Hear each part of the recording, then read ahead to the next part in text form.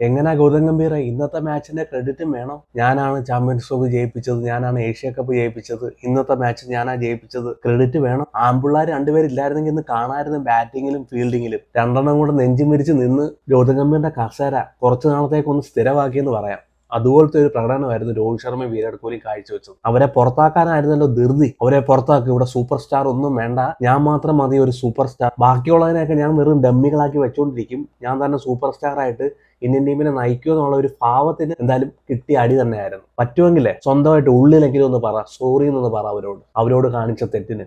Virat കോഹ്ലിക്ക് 10,000 runs ഒന്നും ആയില്ലായിരുന്നു കേട്ടോ ടെസ്റ്റിനകത്ത്. 10,000 runs ആയിട്ടില്ലായിരുന്നു. ഒരു 2 വർഷം കൂടെ ഫൈറ്റ് ചെയ്യാനുള്ള എല്ലാം ഉണ്ടായിരുന്നു വിരാട് കോഹ്ലിയുടെ കയ്യിൽ. രോഹിത് ശർമ്മയ്ക്ക് കുറഞ്ഞത് 2027 വരെ ODI ടീമിനെ നയിക്കാനുള്ള പ്രാപ്തി ഉണ്ടായിരുന്നു കേട്ടോ. ഇന്നും രോഹിത് ശർമ്മ ക്യാപ്റ്റൻസി കാണിച്ചു കൊടുത്തു KL രാഹുലിന്. രോഹിത് ശർമ്മയ്ക്ക് മനസ്സിലായി കളി കൈവിട്ട് പോവുകയാണ്, കളി അവസാന ഓവർ വരെ പോകുന്ന രോഹിത് ശർമ്മയ്ക്ക് മനസ്സിലായി. രാഹുൽ ഡ്രസ്സിംഗ് റൂമിലോട്ട് ഒന്നും നോക്കിയില്ല. രാഹുൽ നേരെ നോക്കിയത് രോഹിത് ശർമ്മയുടെ മുഖത്തോട്ടാ. രോഹിത് ശർമ്മ വല്ലതും പറഞ്ഞതാ? ഡ്രസ്സിംഗ് റൂമിലോട്ട് നോക്കിയിട്ട് ഒരു കാര്യമില്ല, വൈറ്റ് വാഷ് ആയിട്ടിരിക്കുക, വല്ലതും നടക്കുമെങ്കിൽ പറഞ്ഞാ. രോഹിത് ശർമ്മ ഫീൽഡ് സെറ്റ് ചെയ്ത് കൊടുത്തു. രോഹിത് ശർമ്മ പറഞ്ഞതുപോലെ ബോളർമാര് ബോൾ ചെയ്തു, ഇന്ത്യ കളി ജയിച്ചു. സോ അല്പമെങ്കിലും കുറ്റബോധം ഉണ്ടെങ്കിൽ ഉള്ളിന്റെ ഉള്ളിലെങ്കിലും ഒരു സോറി പറ രണ്ടുപേരോടും. സോ അത്ര ഇപ്പം പറയുന്നുള്ളൂ. സോ എന്നാ ഒരു സൂപ്പർ മത്സരമായിരുന്നല്ലേ. കേവലം 17 റൺസിനാണ് ഇന്ത്യ ഈ മത്സരം ജയിക്കുന്നത്. അതായത് 11 റൺസിൽ 3 വിക്കറ്റ് പോയെടുത്തെന്ന് സൗത്ത് ആഫ്രിക്ക കാണിച്ച ഒരു ഫൈറ്റ്. സത്യം പറഞ്ഞാൽ ടോസ് നമുക്ക് നഷ്ടപ്പെട്ടു, അവിടെ കളി കയ്യിൽ നിന്ന് പോകായിരുന്നു. പക്ഷെ ഇന്ത്യയുടെ ഒരു ബാറ്റിംഗ്, ഒരു 349 റൺസ് ഇന്ത്യ സ്കോർ ബോർഡിൽ വെക്കുന്നു. ഞാൻ പറയും ഒരു 30 റൺസ് എങ്ങനെയായാലും ഷോർട്ട് ആയിരുന്നു,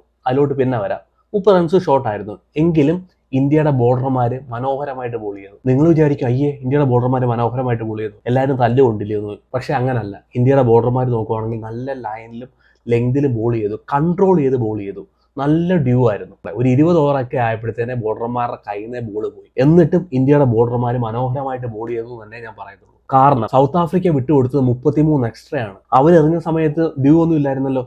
എന്നിട്ടും അവരെറിഞ്ഞത് 33 എക്സ്ട്രാ, 14 വൈഡ് സൗത്ത് ആഫ്രിക്ക വിട്ടുകൊടുത്തു. ഇന്ത്യയുടെ ബോളർമാര് കേവലം 6 എക്സ്ട്രാ വിട്ടുകൊടുത്ത്, കേവലം 6 എക്സ്ട്രാ, കേവലം 3 വൈഡ്. ഇന്ത്യ ഈ മത്സരം ജയിക്കുന്നത് 17 റൺസിനാണ്. സൗത്ത് ആഫ്രിക്ക വിട്ടുകൊടുത്ത എക്സ്ട്രാ 33 റൺസാണ്. വൈഡ് മാത്രം നോക്കുവാണെങ്കിൽ 14 വൈഡാണ് സൗത്ത് ആഫ്രിക്ക വിട്ടുകൊടുത്തു. സോ ഇന്ത്യയുടെ ബോളർമാർ നോക്കുവാണെങ്കിൽ മനോഹരമായിട്ട് ബോൾ ചെയ്തു, സ്പിന്നർമാര് മനോഹരമായിട്ട് ബോൾ ചെയ്തു. അവർ നോക്കുവാണെങ്കിൽ ലെങ്തിനെ മാറി മാറി എറിഞ്ഞുകൊണ്ടായിരുന്നു. ഷോർട്ട് ബോൾ എറിഞ്ഞു, സ്ലോ ബോൾ എറിഞ്ഞു, സ്ലോ കട്ടർ എറിഞ്ഞു, ഫുൾ ലെങ്ത് ഡെലിവറി എറിഞ്ഞു, സ്ലോ ബൗൺസർ എറിഞ്ഞു. സോ നോക്കുവാണെങ്കിൽ അവരിങ്ങനെ ലെങ്തിനെ മാറി മാറി പരീക്ഷിച്ചുകൊണ്ടായിരുന്നു. ഒരു മിസ്റ്റേക്ക് ബാറ്റ്സ്മാൻമാർ കാണിക്കുമെന്ന് അറിയായിരുന്നു. ആ മിസ്റ്റേക്കുകൾ സൗത്ത് ആഫ്രിക്ക കാഴ്ചവെച്ചു. ഇന്ത്യ 17 റൺസിന് വിജയിച്ച് കയറി. സോ മനോഹരമായ ഒരു ബോളിംഗ് തന്നെ ആയിരുന്നു. ഒരു ഇൻഎക്സ്പീരിയൻസ് സൈഡായിരുന്നു ഇന്ത്യയുടെ ബോളിംഗ് നോക്കുവാണെങ്കിൽ. ബുംറ ഇല്ല, സിറാജ് ഇല്ല, ഷാമി ഇല്ല. സോ ഒരു ഇൻഎക്സ്പീരിയൻസ് സൈഡിനെ വെച്ചിട്ട് ഇന്ത്യയുടെ ബോളർമാര് മനോഹരമായിട്ട് ബോൾ ചെയ്തു. പ്രത്യേകിച്ച് എടുത്ത് പറയുന്നത് അക്ഷിത്റാണ്. പവർ പ്ലേക്കകത്ത് ഇന്ത്യക്ക് വിക്കറ്റ് വേണമായിരുന്നു. 3 വിക്കറ്റാണ് പവർ പ്ലേക്കകത്ത് പോയത്. അക്ഷിത്റാണ് വന്നിട്ട് റിക്കൽട്ടനെ പറഞ്ഞു വിടുന്നു ഇൻസിംഗ് ഡെലിവറി ലെഫ്റ്റ് ഹാൻഡർക്കെതിരെ. അതുപോലെ തന്നെ ഡീകോക്കിനെതിരെ away from the left hander മനോഹരമായിട്ട് ബോൾ ചെയ്തു. അതുപോലെ തന്നെ അർഷ്ദീപ് സിംഗ് വന്നിട്ട് മാക്രത്തെ പറഞ്ഞു വിട്ടു. സോ ഇന്ത്യ പവർ പ്ലേ മനോഹരമായിട്ട് യൂട്ടിലൈസ് ചെയ്തു. ഇന്ത്യക്ക് യൂട്ടിലൈസ് ചെയ്യേണ്ടത് പവർ പ്ലേ തന്നെയായിരുന്നു. പവർ പ്ലേക്കകത്ത് ഇന്ത്യക്ക് 3 വിക്കറ്റ് എടുത്ത് സോ സൗത്ത് ആഫ്രിക്കയുടെ മേൽ ആധിപത്യം കാഴ്ചവെക്കാൻ ഇന്ത്യൻ ബോളർമാർക്കായി. പിന്നെ നോക്കുവാണെങ്കിൽ സൗത്ത് ആഫ്രിക്ക അവിടുന്ന് മാച്ചിലോട് തിരിച്ചു വന്നു.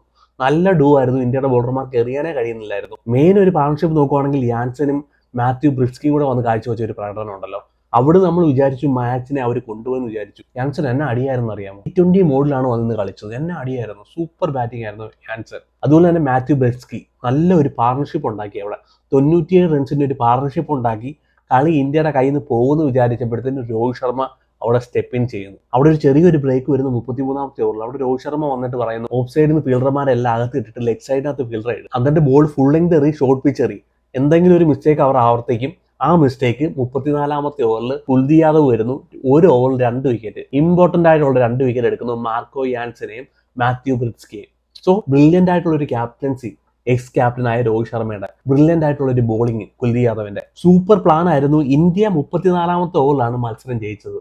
ആ ഒരു പാർട്ണർഷിപ്പ് അല്പം കൂടെ മുമ്പോട്ട് പോയിരുന്നെങ്കിൽ ബോഷ് വന്ന് കളിയെ തീർത്തേനെ. തന്നെ ബോഷ് എന്നെ മനോഹരമായിട്ടാണ് ബാറ്റ് ചെയ്ത് നോക്കിക്കേ. Maiden half സെഞ്ചുറിയാണ് ബോഷിന്റെ. അത്ര മനോഹരമായിട്ടാണ് ബോഷ് വന്ന് ഫിനിഷ് ചെയ്ത്. ഒരു സപ്പോർട്ട് ഇല്ലാതെ പോയി. റെഗുലർ ആയിട്ടുള്ള ഇന്റർവെല്ലിന് ഇന്ത്യൻ ബോളർമാർക്ക് വിക്കറ്റ് എടുക്കാൻ കഴിഞ്ഞു. സോ നോക്കുവാണെങ്കിൽ ഇന്ത്യ മനോഹരമായിട്ട് ബോൾ ചെയ്തു. അതുപോലെ തന്നെ രാഹുലിന്റെ ക്യാപ്റ്റൻസി എടുത്ത് പറയണം. സുന്ദറിനെ നോക്കുവാണെങ്കിൽ അല്പം നേരത്തെ കൊണ്ടുവന്ന് ബോളിംഗ് കൊടുത്തു. അതുപോലെ തന്നെ രവീന്ദ്ര ജഡേജ യൂട്ടിലൈസ് ചെയ്ത് ബോളർമാരെ റൊട്ടേറ്റ് ചെയ്തുകൊണ്ടേയിരുന്നു. നോക്കുവാണെങ്കിൽ സ്പിന്നർമാരെ മാത്രം സ്വിച്ച് ചെയ്തുകൊണ്ടേയിരുന്നില്ല, ബോളർമാരെ നോക്കുവാണെങ്കിൽ റൊട്ടേറ്റ് ചെയ്തുകൊണ്ടേയിരുന്നു, പേസ് ബോളർമാരെ കൊണ്ടുവന്നുകൊണ്ടേയിരുന്നു, സ്പിന്നർമാരെ കൊണ്ടുവന്നുകൊണ്ടേയിരുന്നു. സോ നല്ലൊരു ക്യാപ്റ്റൻസി KL രാഹുലിന്റെ ഭാഗത്തുനിന്നും കാണാൻ കഴിഞ്ഞു. അതുപോലെ തന്നെ 49ാമത്തെ ഓവർ ഹർഷ്ദീപ് സിംഗ് കേവലം 9 റൺസാണ് വിട്ടുകൊടുത്തത്. ഡെത്ത് ഓവർ സ്പെഷ്യലിസ്റ്റ് നമ്മൾ വെറുതെ അല്ല പറയുന്നത് ഹർഷ്ദീപ് സിംഗിന് 49ാമത്തെ ഓവർ ക്രൂഷ്യലായിരുന്നു. ആ ഓവറിനകത്ത് അടി കൊണ്ടിരുന്നെങ്കിൽ കളി കയ്യിൽ നിന്ന് പോയത്. പിന്നെ കൃഷ്ണ വലിയൊരു ബോളിംഗ് ഇല്ലായിരുന്നെങ്കിലും അവസാനത്തെ ഓവർ വന്ന് കളി പിടിക്കാൻ കഴിഞ്ഞു, ആ ഒരു വിക്കറ്റ് എടുക്കാൻ കഴിഞ്ഞു. സോ ഓവറോൾ നോക്കുവാണെങ്കിൽ ഒരു ഇൻഎക്സ്പീരിയൻസ് ആയിട്ടായിരുന്നു, എന്നാൽ ബെറ്റർ ആയിട്ട് ബോൾ ചെയ്തു. സൗത്ത് ആഫ്രിക്ക ബോൾ ചെയ്തതിനെക്കാട്ടി ബെറ്റർ ആയിട്ട് ആ ഒരു ഡ്യൂ ഉള്ള സാഹചര്യത്തിൽ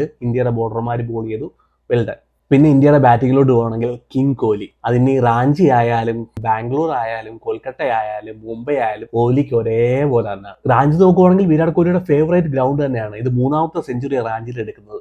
നോക്കുവാണെങ്കിൽ കളിച്ച എല്ലാ കളിയിലും 50 റൺസിന് മേളിൽ എന്തായാലും റാഞ്ചിയിൽ കണ്ടെത്താൻ കഴിഞ്ഞിട്ടുണ്ട്. ഒരു ഫേവറേറ്റ് ഗ്രൗണ്ട് തന്നെയാണ് വിരാട് കോഹ്ലിക്ക് റാഞ്ചി എന്ന് പറയുന്നത്. ഇന്ന് വന്നിട്ട് തന്റെ 83ാമത്തെ സെഞ്ചുറി എടുത്ത് ഫാഫോറിനെയൊക്കെ ഒരുപാട് പുറയിലാക്കി. റൂട്ടോ, സ്മിത്തോ, വില്യംസനോ ഒന്നും പരിസരത്ത് പോലും ഇല്ല.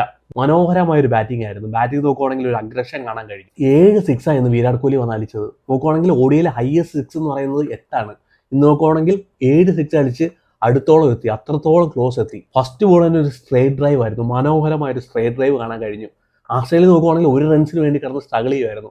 ഇന്ന് വന്നിട്ട് സിമ്പിൾ ആയിട്ട് ഫസ്റ്റ് ബോൾ സ്ട്രേറ്റ് ഡ്രൈവ്. അത് കഴിഞ്ഞ് നോക്കുവാണെങ്കിൽ മാക്രം ഷോട്ടിൽ ഫീൽഡറെ കൊണ്ടുവരുന്നു, നീ അവിടെ നിർത്തിക്കോ, ഞാൻ ലോങ് ഓണിന്റെ മേലൂടെ അടിക്കുമെന്ന് പറഞ്ഞുകൊണ്ട് ലോങ് ഓണിന് മേലൂടെ ഒരു 6 അടിച്ചു. Super batting. Running between the വിക്കറ്റൊന്നും പറയേ വേണ്ടല്ലോ, അത്രയ്ക്ക് ഫിറ്റാണ് ഈ മനുഷ്യൻ. സോ 2027 വരെ ഈ മനുഷ്യൻ ഫിറ്റാണെന്ന് ഇന്നും വന്ന് തെളിയിച്ചു. മനോഹരമായ ഒരു ബാറ്റിംഗ് ആയിരുന്നു. നോക്കുവാണെങ്കിൽ രോഹിത് ശർമ്മ അവിടെ ഔട്ടാവുന്നു, അടുപ്പിച്ച് 3 വിക്കറ്റ് പോകുന്നു.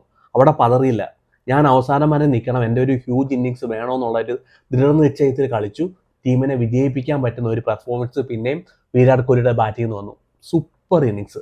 ആ പോയിന്റ് മേലൂടെ അടിച്ച ഒരു 6 ഉണ്ടായിരുന്നല്ലോ, പണ്ടത്തെ പഴയ വിരാട് കോഹ്ലി എനിക്ക് കാണാൻ കഴിഞ്ഞു. ആ ഒരു വിൻറ്റേജ് വിരാട് കോഹ്ലി, ആ പോയിന്റ് മേലൂടെ അടിച്ച ഒരു 6. 2027 വരെ ഈ മനുഷ്യനെ ഇങ്ങനെ തന്നെ കാണാൻ കഴിയട്ടെ. അറിയില്ല, മനുഷ്യന്റെ കാര്യമാണ്, ഒന്നും പറയാൻ പറ്റത്തില്ല. 2027 വരെ കാണാൻ കഴിയട്ടെ ഇവരെയൊക്കെ.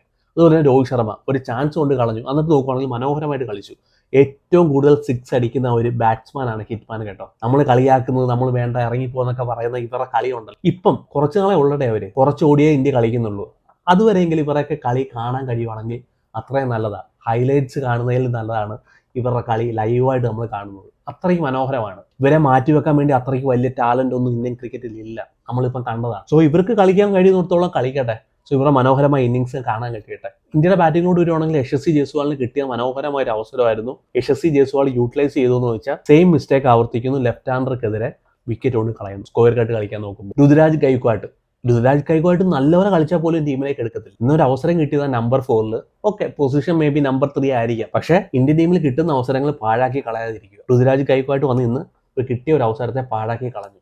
മേ ബി അടുത്ത കളി പന്ത് വരുമോ ഇല്ലയോ എന്നൊന്നും അറിയാൻ വയ്യ, പക്ഷേ നല്ലൊരു അവസരമായിരുന്നു രുതുരാജ് ഗൈക്വാഡിന്റെ മുമ്പിലോട്ടുള്ളത്. പക്ഷേ ഔട്ടായതെന്ന് നോക്കുവാണെങ്കിൽ മനോഹരമായ ഒരു ക്യാച്ച് ആയിരുന്നു, ബ്രേവിസിന്റെ മനോഹരമായ ഒരു ഫ്ലൈയിങ് ക്യാച്ച് ആയിരുന്നു. സോ രുതുരാജ് ഗൈക്വാഡ് നോക്കുവാണെങ്കിൽ ആ ഒരു അവസരത്തെ മുതലാക്കിയില്ല. പിന്നെ നോക്കുവാണെങ്കിൽ സുന്ദർ, അക്ഷർ പട്ടേൽ പ്രൂവ് ചെയ്ത ബാറ്റ്സ്മാനെ, ചാമ്പ്യൻസ് ട്രോഫി ഇന്ത്യ വിജയിപ്പിച്ച ഒരു ബാറ്റ്സ്മാനെ പുറത്തിരുത്തിയിട്ടാണ് സുന്ദറിന് ഒരു അവസരം കൊടുത്തത്. സുന്ദറിന് എത്രമാത്രം പെർഫോമൻസ് ചെയ്യാൻ കഴിഞ്ഞെന്ന് ചോദിച്ചാൽ സംശയം തന്നെയാണെന്ന് പറയേണ്ടിയിരിക്കുന്നു. ആ ഒരു നമ്പർ 5 പൊസിഷൻ, സോ ഒരു ക്രൂഷ്യൽ ആയിട്ടൊരു പൊസിഷനായിരുന്നു. ഇന്ന് സുന്ദറിന് വന്ന് വലിയൊരു കോൺട്രിബ്യൂഷൻ കാഴ്ചവെക്കാൻ കഴിയുന്നില്ല, ബാറ്റിങ്ങിലാണെങ്കിലും ബോളിങ്ങിലാണെങ്കിലും. സോ അക്ഷർ പട്ടേലിന് റിയലി ഞാൻ ഈ കളിയിൽ മിസ് ചെയ്യുന്നുണ്ടായിരുന്നു, ബാറ്റിങ്ങിലും ബോളിങ്ങിലും. പിന്നെ KL രാഹുലിന്റെ രവീന്ദ്ര ജഡേജയുടെ ഒരു ഇന്നിങ്സ് നോക്കുവാണെങ്കിൽ പലരും സ്ലോ എന്ന് പറയാം, പക്ഷേ ഇന്ത്യക്ക് നോക്കുവാണെങ്കിൽ ഇന്ന് നമ്പർ 8 വരെ ബാറ്റ്സ്മാൻ ഇല്ലായിരുന്നു. നമ്മൾ റിയലി ഹാർദിക് പാണ്ഡ്യയെ മിസ് ചെയ്യുന്നുണ്ടായിരുന്നു. ഇന്ന് നമ്മളൊരു ഫിനിഷറെ മിസ് ചെയ്യുന്നുണ്ടായിരുന്നു. ഒരു 30 റൺസോളം ഇന്ത്യക്ക് കണ്ടെത്താമായിരുന്നു. ഹാർദിക് പാണ്ഡ്യ പോലെ ഒരു ബാറ്റ്സ്മാൻ അവിടെ ഉണ്ടായിരുന്നെങ്കിൽ, ഒരു ഫിനിഷർ അവിടെ ഉണ്ടായിരുന്നെങ്കിൽ എന്ന് ഞാൻ വിചാരിച്ചു പോയി.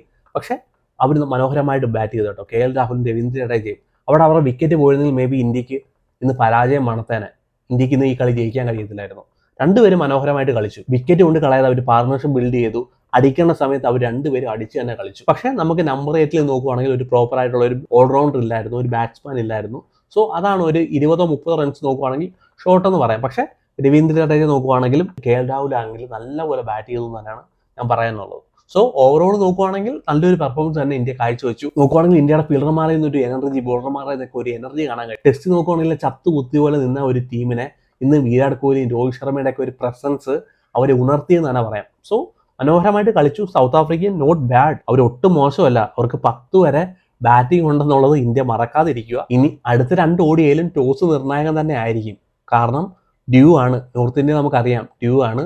സോ അടുത്ത കളിയിലും ടോസ് ഒരു നിർണായക ഘടകം തന്നെയാണ്. ബോളർമാർക്ക് അല്പം കൂടെ ബെറ്റർ ആയിട്ട് ബോൾ ചെയ്യാൻ കഴിയട്ടെ. ഇവിടെ നോക്കുവാണെങ്കിൽ അക്ഷർ പട്ടേലിനെ നമ്മൾ മിസ് ചെയ്യുന്നുണ്ട്.